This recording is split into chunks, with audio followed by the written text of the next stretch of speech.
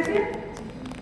আমি বললাম না পাইরক্টন, ওলামাইন আছে আর সেরামাইডস আছে।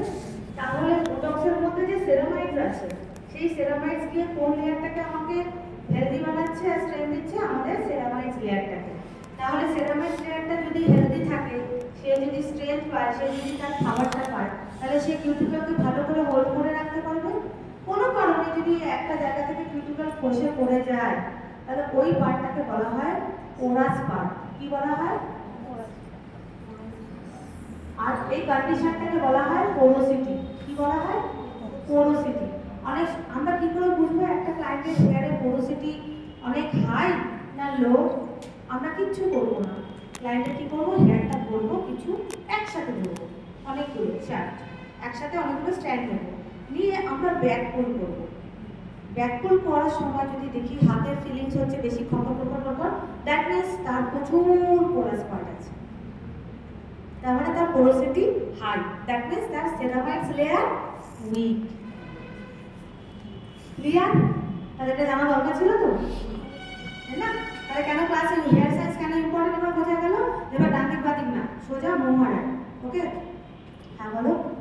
বলছি যে আমরা যখন ফার্স্ট শ্যাম্পুটা দিয়ে শ্যাম্পু করি তো চেক করি যে কিউটিকলগুলো ওপেন হয়েছে কিনা। তো সেই ওপেনটা যখন হয়ে যায় তখন কি ওই সেরামিক্স লেভেলে গিয়ে সেই ওপেনটা হয় কোনে কেউ? একদম ভেরি গুড কোশ্চেন। সেরামাইডস লেয়ারে গিয়ে ওই কিউটিকলটা ওপেন হয়, বলেই তো আমরা ভাবি যে হ্যাঁ কিউটিকল ওপেন হয়ে গেছে, ওয়াশ করে আমরা এবার treatment. Excellent, good question, good answer. আচ্ছা, আমরা একটু এগোই, আবার টাইম পেরিয়ে যাচ্ছে। তাহলে সেরামাইডস আমরা দিয়ে কি করছি? সেরামাইডস লেয়ারকে স্ট্রেংথ দিচ্ছি। আর আমরা কি করছি এরপরে? আমরা marula oil, coconut oil and jojoba oil, fatty acid দিচ্ছি, রাইট? ফ্যাটি অ্যাসিড দিয়ে রিপেয়ার করছি আমরা। এরপরে নেক্সট আসছে আমাদের কি? হেয়ারে আমরা যখন স্ট্রেটনিং করতে যাই, হেয়ারের ইলাস্টিসিটি চেক করি তো? একদমই তাই। আমরা কিভাবে চেক করি? একটা স্ট্যান্ডকে নিয়ে দুটো ফিঙ্গারে নিয়ে সেটাকে পুল করে ছেড়ে দেখি যে ওর সেম জায়গায় আসছে কিনা, তাই তো? তার মানে কি, ইলাস্টিসিটি যেটা আছে সেটা কি দিয়ে তৈরি? কোলাজেন প্রোটিন দিয়ে তৈরি। এই কোলাজেন প্রোটিন দিয়ে ইলাস্টিসিটি যখন তৈরি হয়, একে রিপেয়ার করে এই ফ্যাটি অ্যাসিড। ঠিক আছে? ইলাস্টিসিটিকে রিপেয়ার করে কে? Fatty acid. আমরা কি কি ইনগ্রেডিয়েন্টস দিচ্ছি? Marula oil, coconut oil and jojoba oil. আমরা ইলাস্টিসিটিতে কি দিচ্ছি? স্ট্রেংথ দিচ্ছি। তাহলে ইলাস্টিসিটিতে যদি আমরা স্ট্রেংথ দিই, আমরা কোন প্রবলেমটা সলভ করতে পারবো? দেখি কে বলতে পারে।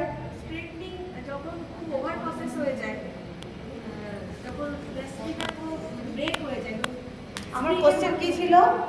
আমরা যদি ইলাস্টিসিটিতে স্ট্রেংথ দিতে পারি, তাহলে আমরা ক্লায়েন্টকে কোন প্রবলেমের সলিউশন দিতে পারবো? ড্যামেজটা রিপেয়ার করতে পারে। স্ট্রেটনিং যে ওভার প্রসেস হয়ে যায় সেটাকে আমরা ঠিক করতে পারি। কেউ বলতে পারছে না। ইলাস্টিসিটিতে স্ট্রেংথ আসলে কোন প্রবলেমে সলভ হয়? একদম ছেঁড়া না আমরা ম্যাডাম, ব্রেকেজ। আমরা একটু প্রফেশনাল ল্যাঙ্গুয়েজ ইউজ করবো না, আমরা হেয়ার ড্রেসার।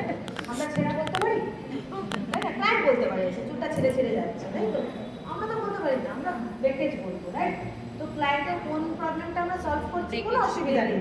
আমরা এখানে শিখতে এসেছি তো, আমিও শেখাতেই এসেছি। আমি একটা সময় এরকম বসতাম, আমাকেও টেকনিক্যাল বলতো না, আমার এরকমও এটা এরকম, তো এটা কোনো ব্যাপার না। তাহলে আমরা ব্রেকেজের প্রবলেমটাকে সলভ করছি। কিভাবে সলভ করছি? রিপেয়ার করে। এবং কোথায় গিয়ে সলভ করছি? ইলাস্টিসিটিতে। ওকে, নেক্সট আসছে আমাদের ইলাস্টিসিটির পর কোটেক্স লেয়ার। তাহলে কিউটিকল থেকে কোটেক্সে যেতে গেলে আমরা দুটো লেয়ার দেখতে পাচ্ছি, একটা সেরামাইডস লেয়ার আর এই কিউটিকলটাকে হোল্ড করে রাখছে, সেরামাইডসকে স্ট্রেংথ দিচ্ছে আমাদের সেরামাইডস ইনগ্রেডিয়েন্ট, আর একটা ইলাস্টিসিটি, তাই তো?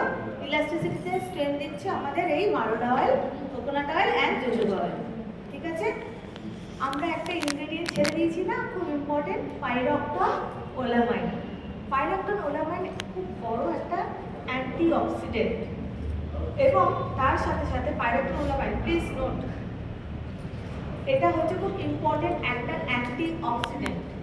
অ্যান্টিঅক্সিডেন্টের কাজ কি? বাইরে যত ড্যামেজ আছে, পলিউশন আছে, হ্যাঁ, সেগুলো থেকে, এবং ইউভিএ অ্যান্ড ইউভিবি রেস থেকে, আমাদের হেয়ারে তো প্রচুর ড্যামেজ এগুলো তো ক্ষতিকারক রশ্মি এবং পলিউশনের মধ্যে অনেক ডাস্ট পার্টিকেল থাকে, মেটালিক পার্টিকেলস থাকে, যেগুলো খুব হাই পিএইচ লেভেলের হয়, যার মধ্যে ময়েশ্চার থাকে না, কেমিক্যাল ইনগ্রেডিয়েন্টস, সেগুলো আমাদের হেয়ারের ময়েশ্চারটাকে টেনে নেয়।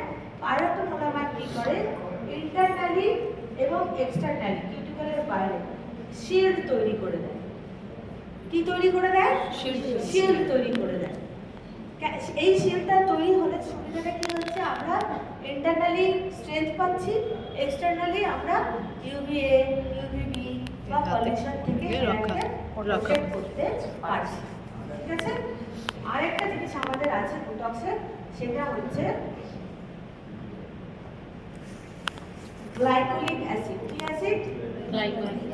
এই গ্লাইকোলিক অ্যাসিড কি করছে, কোর্টেক্সের ভিতরে যে সালফার বন্ড আছে, এই সালফার বন্ডকে স্ট্রেচিং এর কাজ করছে। কিসের কাজ করছে? স্ট্রেচিং এর কাজ। তার ফলে আমরা 80 থেকে 90% স্ট্রেট লুক দিতে পারছি। কত পার্সেন্ট স্ট্রেট লুক দিতে পারছি? 80% 90%। ওকে, সেম ডে ওয়াশ এটা যাচ্ছে 60 to 70 ওয়াশেস,